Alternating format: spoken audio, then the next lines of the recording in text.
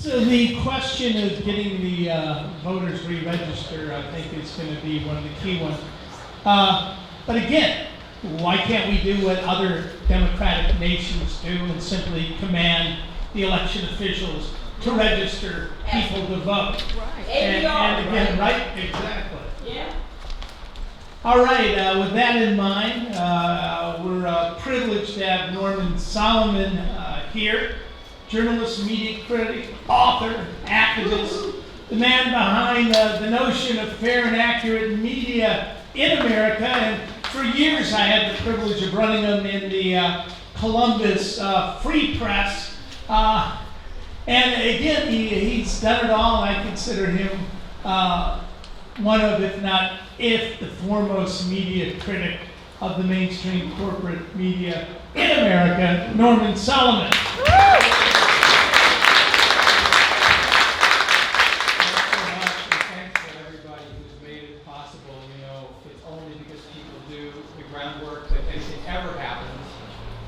I think of something that Upton Sinclair said when he ran for governor in this state in 1934, subjected to the first attack ad through newsreels, movies, in movie theaters.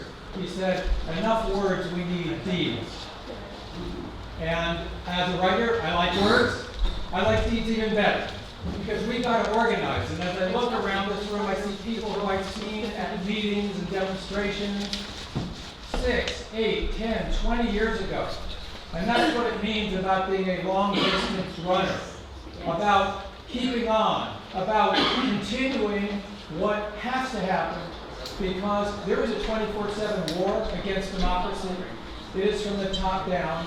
It's about people who have wealth and power who don't want to give it up, and we know that. I've been asked today, and I'm very pleased to speak about media and the role of media, because so often it's hidden in plain sight. You know, we've got, and I'm so glad to get a roster, when you look at media, 61, 62, different forms of voter suppression, it's hard to keep up. And what do you get on TV? What do you get on the radio? Spin the dial, use the clicker, and what are you getting? You're getting diversion, you're getting misinformation, you're getting disinformation, you're getting infotainment, you're getting what could be called disinfotainment, and it's on and on and on. And as Aldous Huxley said in his introduction to Brave New World, he said, lies are powerful, but even more powerful is silence about truth. And do we get silence? We get it almost 24/7 from our mass media, from our corporate media, from our de facto commercial media called NPR and PBS, right? And what are we getting even from our independent progressive media? We're getting some good stuff, but not enough. And it's the silences that are on the windpipe of the First Amendment choking us off. That's where we are right now in terms of voter suppression. It's being orchestrated through many different layers, many different channels, agendas to not only sit on the windpipe of the First Amendment, but make sure that this pernicious, dangerous idea called democracy isn't activated more fully. Well, 2 years ago, I worked with colleagues where I am at groupsaction.org, and we issued the first of 2 annual reports called Autopsy, the Democratic Party in Crisis. And among the sections, you can still see it online at democraticautopsy.org, one of the things that we discovered under our inquiry on voter participation is that the previous May, so this would have been May of 2017, the Democratic National Committee expanded its full-time staffing to work on issues of voter suppression. They expanded their full-time staffing from 1 person to 4 people. Wow. Hallelujah.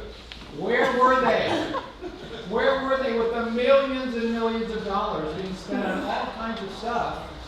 And they've got this skeleton staff, and then we're supposed to feel so great when they quadrupled it to 4. I don't feel grateful about that. I feel angry about it. And then what happened into this first term that is a result of voter suppression, the first term of the Trump regime? What happened? Well, You can't say that the DNC is totally inactive on the legal front. The DNC filed a lawsuit against Russia. Against Russia. Now, I want to ask you to consider these 62 items. How many of them were perpetrated by Vladimir Putin and the Kremlin? This is not a coincidence. Now, people say, oh, we can walk and chew gum at the same time. We can talk about how Russia intervened and talk about our problems here. Now, I work with the Media Watchdog FAIR, Fairness and Accuracy Reporting. I urge you, if you're not already signed up, go to fair.org. We've been monitoring media bias and spin for 30 plus years now. And when you look at, as FAIR did, statistically, who's the patron saint for the mainstream Democratic Party? And I am a Democrat. Believe me, I'm on the state central committee. I'm not trashing the Democratic Party across the board by any means. Who's the patron saint? Rachel Maddow. And when FAIR did a study, they found more than half of the minutes on there were about, on Rachel Maddow's show, Russia, Russia, Russia. Right. The last time I checked, the Kremlin didn't enact voter ID law. Last time I checked, they didn't do gerrymandering. They didn't block same-day registration or automatic registration. You go down the list, I don't want to take all your time, all the things that the Kremlin didn't do that was done right under our noses, where it is a domestic contagion. The crime scenes, we know, turn on the news at 5 o'clock. You will see the crime scenes, the car chases, the yellow tape. And as Barbara was pointing out, where is the coverage of what are crime scenes going on every single day in state after state? This is where the media are functionaries for the status quo. The media that encouraged us to divert our attention away from the role of Wall Street, the big money, the voter suppression, the racism, the class bias, the efforts to close down thousands and thousands of polling stations where people of color are, where poor people are, where students are, who would vote the wrong way, exercise their franchise in the wrong way. Where was the attention to those issues? Well, turns out we can't walk and chew gum at the same time, and there's a finite amount of bandwidth, literally and figuratively, at least symbolically. There's a finite amount of airspace, airtime, and print media. There's only so much space on the front page. News media maybe can't tell us exactly what to think, but they can pretty damn well sure tell us what to think about. And when we think about our democracy being under assault from foreigners, that diverts attention from where the huge problem is, where the Koch brothers are. You would think that the United States doesn't have oligarchs. We got oligarchs and they're running our election system. That's how it's structured, that's how it functions. And if we want to solve this problem, this organizing is so crucial to identify, to analyze, to share with each other, to keep up with what the news media should be informing us about and are not. We know that democracy has to be the informed consent of the government. The informed consent. If it is uninformed consent, it's not consent at all, it's not democracy at all, it's nonsense.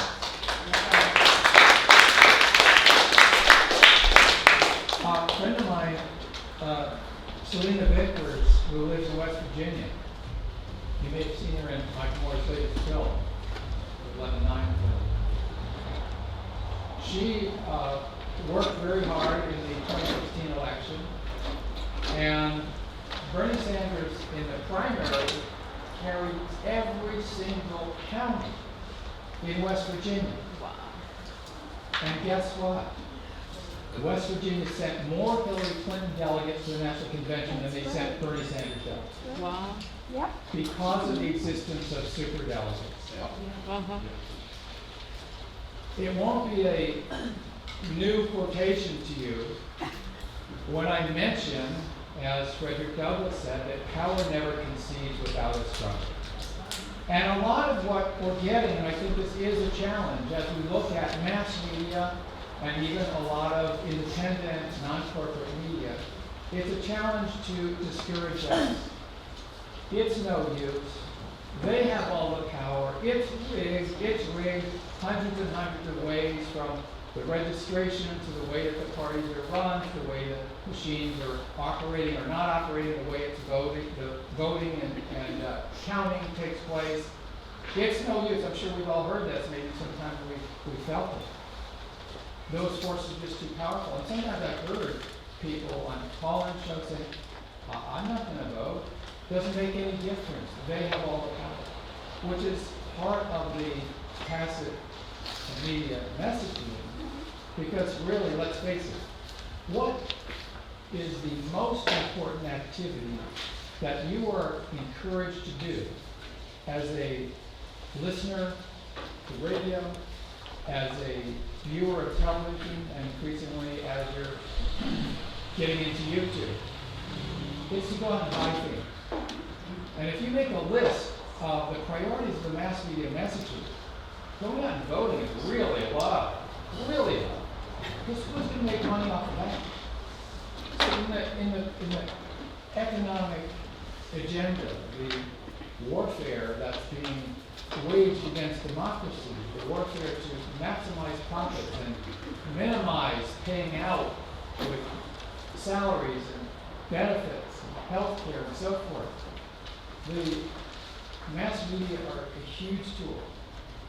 So to segue here into the activism aspect here, we're encouraged, at least tacitly, to believe that if we confront a media outlet, somehow we're intruding on the First Amendment. This idea that if you have a right or a capacity to own a TV station, to own radio stations, and now Clear Channel or whatever, owning hundreds, then you got it. And who are us lowly citizens or non-citizens? Why should we actually disrupt that? That's their free speech right. It's sort of like a Citizens United on steroids in the media realm, this propaganda concept that your free speech is amplified properly just by the sense you got big bucks. And so whether we're talking about Channel 2 or Channel 5 in the Bay Area, or the Chronicle or the Oakland Tribune, I think it's important to acknowledge to ourselves and recognize that many of the workers there, they're trying to do a good job. They're often overpaid under work. They wish that they had more latitude to do their jobs effectively, and they work for the bosses. Now, I don't know about you, but I am going to assume that the people who flip burgers at McDonald's have less to say about what's in the meat than the people who own McDonald's. And the same is true of these media outlets. We do have a oligarchy that largely controls, not all, but most, through ownership and advertising, the basic parameters of what's covered. And so as activists, I think we have a tremendous opportunity to, wherever we live, to go through, you might say, a Gandhian process. What was implemented so well during the civil rights movement is you do the research, you lay out the problem, you make the case, and you escalate. And if the newspaper, the other media outlet that you're concerned with is not doing an adequate job, then it's our opportunity to provide them and others with the research and urge them to make change in their coverage, their silences, what they put in and what they leave out. And if they're not doing their job, then, as is so often the case in so many parameters and contexts, we have the opportunity to put pressure on them. And it can work. It's worked so many times. At rootsaction.org, where I'm part of the organizing, we have 1.2 million people now active online in the United States. Rootsaction.org. We worked for, we started at 0 8 years ago, and we've worked on many, many issues, as you'll see. If you're not signed up yet, please do at rootsaction.org for action alerts. And one of the many, many issues we've worked on is automatic voter registration. We have a map, and we started, and it was just very little. When you have a map of the country a couple of years ago, very few states, and the map is filling in. And so we can message people in different states to go to their state legislatures with email and phone calls and their governors and so forth. And let's get this done, right? That's what it's all about, is getting it done. And we're getting almost no help from the mass media. We have to be our own media, right? Like Nicholas Johnson, one of the only decent FCC commissioners we can really be proud of in the last few decades. He said, you've got to talk back to your television set. Now we have a lot of other media outlets and mediums controlled by mostly big money that we can talk back to and about. These issues almost never come from the top down, right? I mean, think of everything we're proud of that has been accomplished in the last 10, 20, 30, 50, 80, 100 years in this country.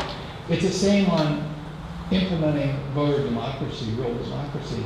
It's never handed down. We know that. Sometimes we may forget. News we hear about encouraging us to forget. Encouraging us to believe that, oh, do we elect the right person with a part of the machinations? And this is as true of NPR News as it is of any other avowedly corporate media outlet. If only the right people in power can be shown the error of their ways. No, it's not about showing them the error of their ways. We've done enough talking truth. We've done enough.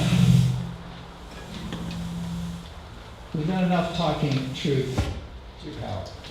Can you hear me okay? I'm not sure. Power. Power. There we go. We're okay now, huh? Yeah. Is that you over there? Is this this antenna? Oh, it's the antenna. How's the antenna doing? I can shout really loud, but it probably won't help for the recording. Well, we get on the internet. I think we're okay. Go ahead. Okay. I'm getting some feedback here. I was going to say, we've done enough talking, we've done enough speaking truth to power. Power knows what it's doing. Those who are orchestrating voter suppression, they know what they're doing. People on Wall Street, they know what they're doing. It can be helpful to speak truth to power. I'm not against it. You know, Daniel Ellsberg will tell you he was in the Pentagon when people were demonstrating in October 1967, and it had an effect on him. He was looking out the window. So yes, fine, speak truth to power. But much more important to speak truth about power to each other and organize, because instead of looking up at the powerful, we look to each other, and that's what it's all about. So with that, if we have any time, I'd love to hear any questions. All right, if you can line up at the mic there. 7 minutes, we got enough for 2-3 questions over here. Just want to articulate the obvious. I always ask, why don't the Democrats kick up the cudgels? And you answered it. The answer is they're more afraid of their donors than they are of losing to the Republicans. Wow. They're more afraid of losing their corporate donors than they are of losing to the Republicans. And this way they can trail. Yeah. I would say there are many Democratic parties in a sense in the context. I feel like we're going into a Twilight Zone. I would say there are many Democratic parties in this question. There are tremendous activists inside the party fighting like hell. The reason we got rid of the superdelegates in the first ballot was because of tremendous grassroots organizing that took place. So what I would say, there are a lot of forces in the Democratic Party at the top that would just assume Republicans stay in the White House, then they, big donors, Wall Street, etc., to lose control of the Democratic Party. They just don't want to lose it. Trump was a high price to pay for getting rid of Hillary. I think, well, that's a whole other question. I actually think he made a lot of people pay attention. It's that bad, so a lot of people who weren't involved are getting involved. My question to you is, I feel like I've signed, I don't know how many petitions and written, and so when you say that it actually does help, you know, you're sending letters and emails to the government. I don't know. I don't know that I feel that it's making a difference. I haven't seen it, though I've written and I've done all those things. Well, there are countless examples where we made progress only because people have done such things. We know it's discouraging, it's tedious getting back to the media messaging. Media messaging is explicitly or implicitly, don't really bother, nothing much for change. And that's a narrative that I think we need to counter. I would take the point as well. That we need to find more creative ways to augment what we're doing. There's no pardon suppression. There's no silver bullet. And creativity will be crucial because it's not, you know, doing this, that, or the other. We need a garden that is very diverse in how we approach And I guess tactically. because you said that it did apply pressure, and I was just wondering, you know, what results, how did you know, and that kind of thing. Well, the super delegate issue is a great example. I mean, Roots Action, where I am, worked with Our Revolution, Progressive Democrats of America, other groups to say this super delegate's outrageous. And there were a lot of tedious hearings. We helped to politely disrupt one of them in Washington, D.C. a couple of years ago. And it was because of that organizing that we don't right now have across the bottom of the cable news networks every day a crawl that says that Joe Biden has 100 and some delegates already. Because that's what happened 4 years ago. Before there was a single vote cast in a caucus or a primary, Hillary Clinton had a couple of hundred superdelegate votes that were already being quote unquote calibrated, and Bernie had like 4. So it's because people organized that we're not having to deal with that particular problem now. All right, Thank you. Last question. So Can you hear me? Okay. there's a pretty good best practice at this point, at least among people I know, about how to reach politicians with the kinds of asks you do. In particular, how to approach them. Most of the scripts I've seen over the past few years have gotten typed. They say, hi, I'd like you to, basically they give politicians what they need to hear. You can't, I'm starting to wonder how you reach journalists. You don't want to ask the same things. Politicians work for you, journalists don't. What incentives, how do you approach journalists to say, hi, we have an issue we're really curious about, and we love your help getting into it. What's the right framework for getting a journalist to go, oh, okay, wait, you know what, this is interesting, and my audience wants to hear it. Yeah. Great. I'd answer that in terms of 2 avenues. One is that we've got to be polite and insistent at the same time. Persistent, emails, phone calls, letters, showing up at the office, being very clear and going up the chain of command if necessary to insist that these crucial issues be dealt with consistently and in a deep and thorough manner. Also, you know, there's a saying, is it Scoop Nisker who said long ago, if you don't like the news, make some of your own. Go out of it. And so in that sense, we've got a challenge to change the political terrain so that news media will respond to it. And I'll give you a quick example. Unless we are able to challenge incumbents in primaries, then in a political sense, the political journalists will rarely take us very seriously. If we were nice and refused to primary people who weren't as bad as Republicans, then Joe Crowley would still be the 4th most powerful Democrat in the House of Representatives instead of out lobbying, and he'd be sitting where Alexandria Ocasio-Cortez is. So it's about, again, organizing it.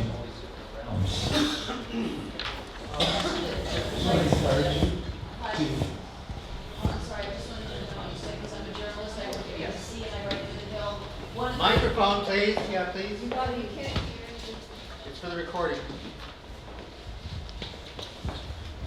Sorry, I just think it's an important point to make. It's a good question about how to get people's attention.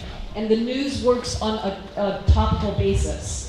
So if you're trying to get something, an issue that you care about in the news, it's really important to go through that news organization's articles and connect your comment to something they're already covering, something topical, something that just happened. That's how the news works. So you just got to connect into what they're doing specifically at that news outlet and something that happened recently, and that's a good way to get your topic in there. Thanks. Thanks, everybody. All right.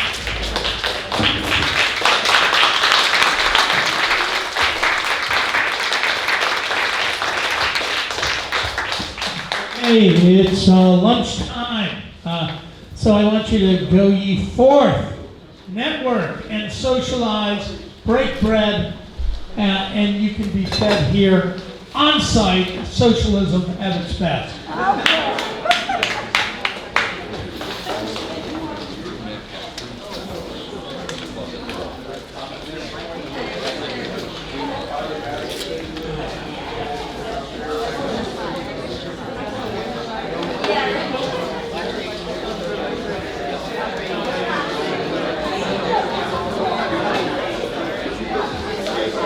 Reconvening at 12:30, fraction magic, 30-minute lunch.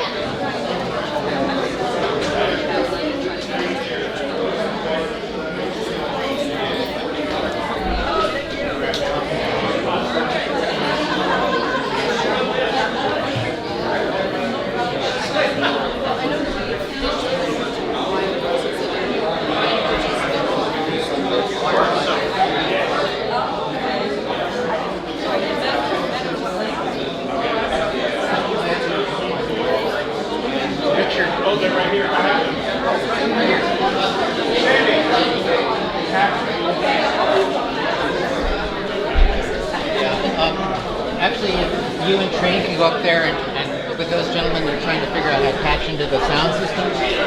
Yeah. If you guys don't mind interacting with Richard, he's not a sound guy.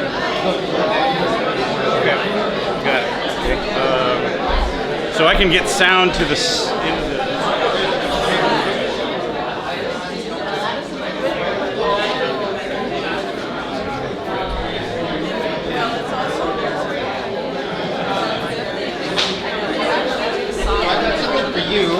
Okay, so he wants to run his program from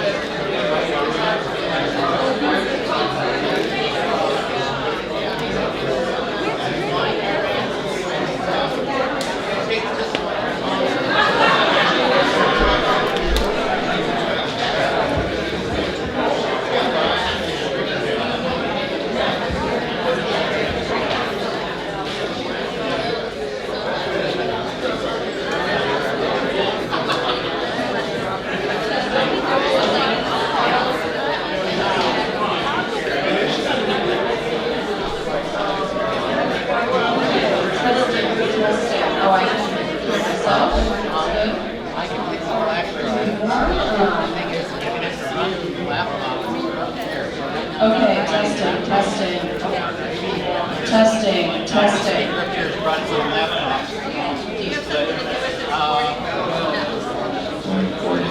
I can't do much with the flash drive because they don't have Goes back to running your thing.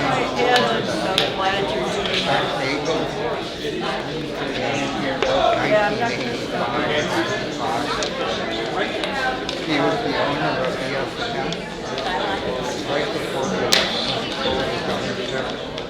He won by a landslide. Even if precinct.